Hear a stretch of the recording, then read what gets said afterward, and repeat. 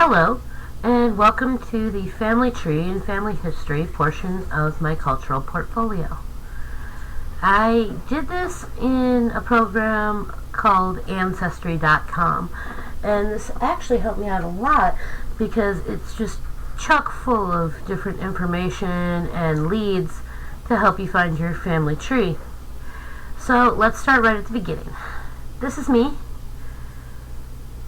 Malinda Inman Dotson. I was born November the 17th of 1979 in Flint, Michigan. I have two siblings, Karen and Nick, and I was married to my wonderful husband, Cece, on Valentine's Day of 2004. Cece and I have two children, my daughter, who's 9, Lilu Arcadia, and my son, Devin James, also known as DJ, who's 7. My sister, Karen, has one son. There's my nephew, Nova Zion Alexander Inman. He's a great little boy. And my brother just finally caught up with the rest of us 2 months ago and had a little girl named Columbia. So that brings us to our parents, Dennis Wayne Inman and Marcia Jean Hickey. For now, let's focus on my dad. So my father has 3 sisters. All of them are still living, but I have very little contact with any of them.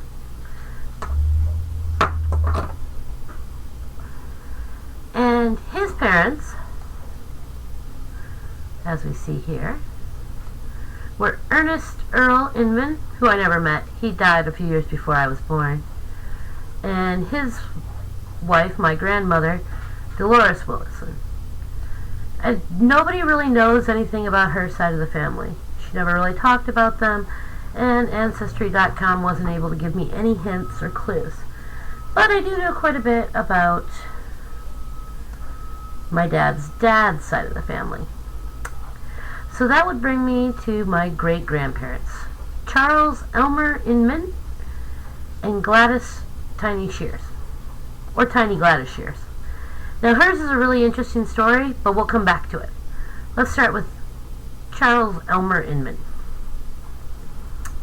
Now, as you can see, these two had a ton of kids. 1, 2, 3, 4, 5, 6, 7, 8 kids, the youngest of which was my great-grandfather, Ernest. And if we wanted to go into the individual spikes of each of these, I have a ton of cousins on this side. I don't know any of them. Never had any real contact with this side of my family, but that's okay. So let's look at Ernest Inman's parents.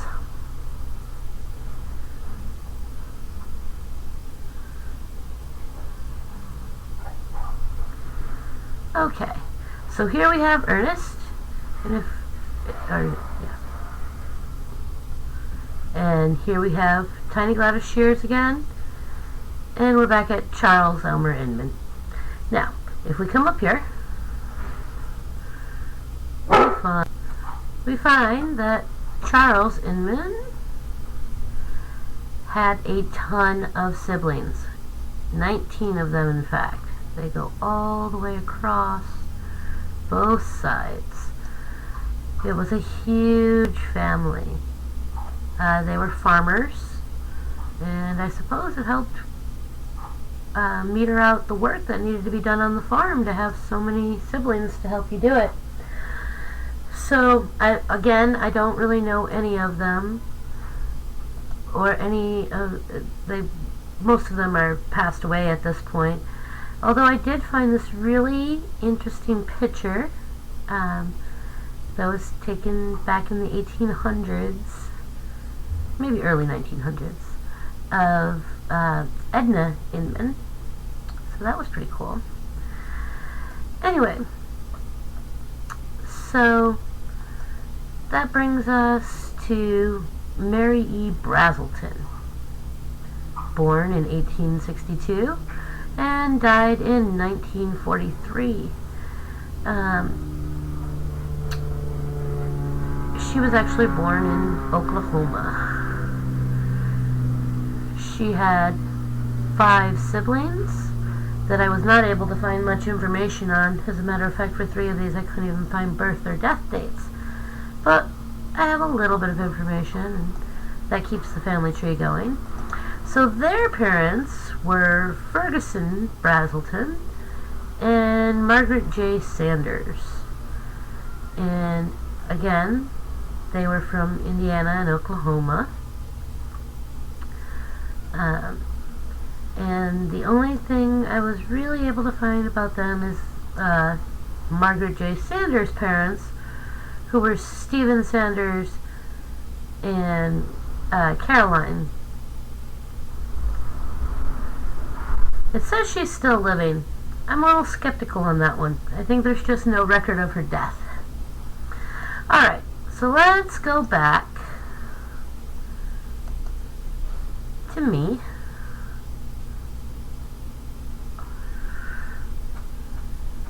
There I am again. And again, we'll go look at my parents. So we've seen Dennis Inman's side of the family. And his wife, Marcia Hickey, they were married on July the 4th of the bicentennial year. They always like to joke when I was growing up that their anniversary was so special that the whole country sets off fireworks for them. I didn't find it as funny as they did. But anyway, my mother was a nurse, director of nurses at a nursing home, and she passed away pretty early. I was fortunate that my daughter did get to meet her, but she was still a toddler when she finally did. When my mom, it was one of the most devastating experiences I've had in my life, losing my mother. But let's go ahead and look at her side of the family tree.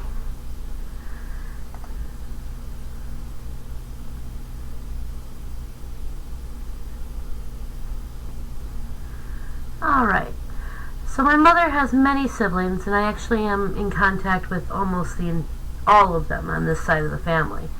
I'm much closer to my mother's side than I've ever been to my father's. So, here's one of her brothers, Tim Hickey. My Uncle Tim had 3 wives during his life, and he had a slew of children. And a couple of them now have children of their own.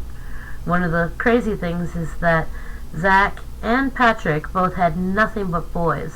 Zach 4 of them, Patrick 7 of them. And so girls are really lacking in this whole generational line right here. So these are my 2 closest cousins in my entire family, Zach and Patrick. They moved out here to California a couple of years ago, and they live over in Sonora, so they're not far away. I talk to my cousin Zach all the time. My cousin Pat, not so much. He's fallen into some problems, and we don't talk anymore, but I'm sure he's okay. So that brings me to my Aunt Terry, who is married to Bobby Pepin Sr. I don't know anything about him. They got divorced shortly after their sons were born, and they had Gregor and Bobby Pepin. Bobby has since been married and has 3 boys of his own. See, again, we're lacking girls in this generational line. That brings us to Pam, my Aunt Pam. I have never met her. She had a falling out with the family. She wasn't very mentally stable. And the last time anyone heard about anything about her or knew about her whereabouts was in Texas many years ago. And she took her then infant daughter, Deanna, and was never heard from again. So we're not sure what happened with Pam. So that brings me to my Uncle Mike. He was married to Rhonda Roderick, and they had 2 boys, Eric and Brian. All 4 of them have passed away. My Uncle Mike actually had a very tragic accident. He was changing a tire on the freeway in Michigan, and there was a police chase, and the car that was being chased actually hit my uncle and ended his life. And his wife, who was very devoted to him, she only lived a few months after that, and then passed away from heart problems, even though she'd never had a heart problem before he passed away. And I know that sounds kind of cheesy, but those are the facts. Their son, Eric, died in infancy. He had a lot of birth defects, and he just wasn't able to make it. And their son, Brian, passed away of a drug overdose about 2 years after his parents. Very tragic. That brings us to my Aunt Brenda, who was married to Carl Leeson. My aunt passed away about 4 years ago. Her husband's still living. She had 5 children. Susie, Jeannie, Carly, Brindy, and Annie. Carly actually ended up taking his own life at 19 years old. So I didn't actually get to know him very well. I knew Susie and Brindy fairly well, and Jeannie. I grew up, they were about 10 years older than I was, and so they would be my babysitters when I was a young child. So I got to know them. Susie has 3 children. She has Joni, Sarah, and my cousin 7, which is just the number. It's not spelled out S-E-V-E-N. It's actually just the number 7. I always found that interesting. And then both Joni and Sarah have children of their own now. So this branch of the family tree actually comes way down here. Okay, so all of these children, including my mother, belonged to my Jeannie and my papa, Jeannie Lou Klopp and Marshall E. Hickey.